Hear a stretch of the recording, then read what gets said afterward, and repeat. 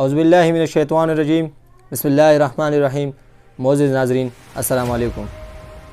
ایک علاقے میں بادشاہ منتخب کرنے کا بہت عجیب رواج تھا۔ لوگ ہر سال کے پہلے دن اپنا بادشاہ بدل لیتے تھے۔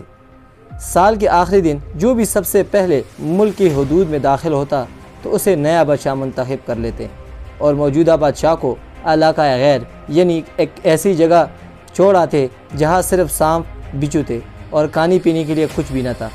اگر وہ سانپ بچھوؤں سے کسی نہ کسی طرح اپنے آپ کو بچا لیتا تو بھوک پیاس سے مر جاتا۔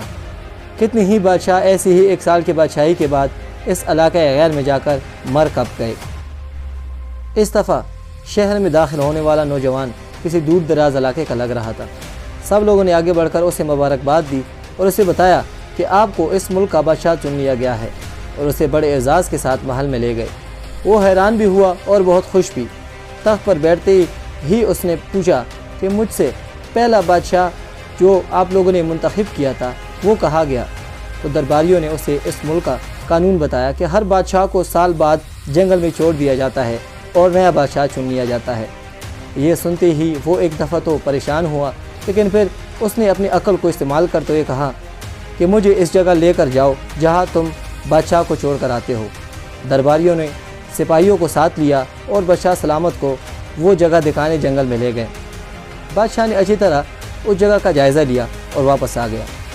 اگلے دن اس نے سب سے پہلا حکم یہ دیا کہ محل سے علاقہ غیر تک ایک سرسبز و شاداب راستہ بنایا جائے اور اس جگہ کے بیچوں بیچ ایک ایسی رہائش تعمیر کی جائے جس میں ہر قسم کی سہولت ہو اور اس کے ارد گرد خوبصورت باغ لگائے جائیں۔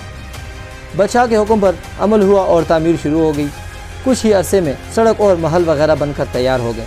ایک سال کے پورے ہوتے ہی بادشاہ نے درباریوں سے کہا کہ اپنی رسم پوری کرو اور مجھے وہاں چھوڑاؤ جہاں مجھ سے پہلے بادشاہوں کو چھوڑ کر آتے تھے۔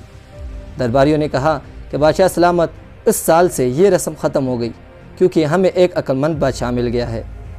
وہاں تو ہم ان بیوقوف بادشاہوں کو چھوڑ کر آتے تھے جو ایک سال کے بادشاہی کے مزے میں باقی زندگی کو بھول جاتے تھے اور اپنے لیے کوئی انتظام نہ کرتے، لیکن آپ نے عقل مندی کا مظاہرہ کیا کہ آنے والے وقت کا خیال رکھا اور عمدہ بندوبست فرما لیا۔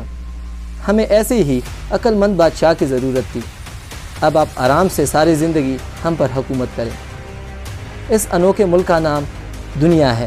وہ نیا بادشاہ میں اور آپ اور علاقہ غیر ہماری قبر ہے۔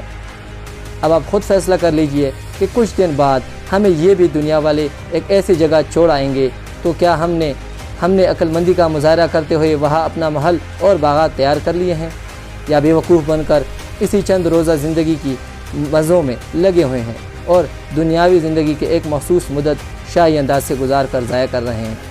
ذرا سوچئے کہ آج ہمارے پاس ابھی بھی کرنے کے لیے بہت کچھ ہے، لیکن ایک وقت ایسا آئے گا کہ پھر پچھتانے کی مہلت بھی نہیں ملے گی۔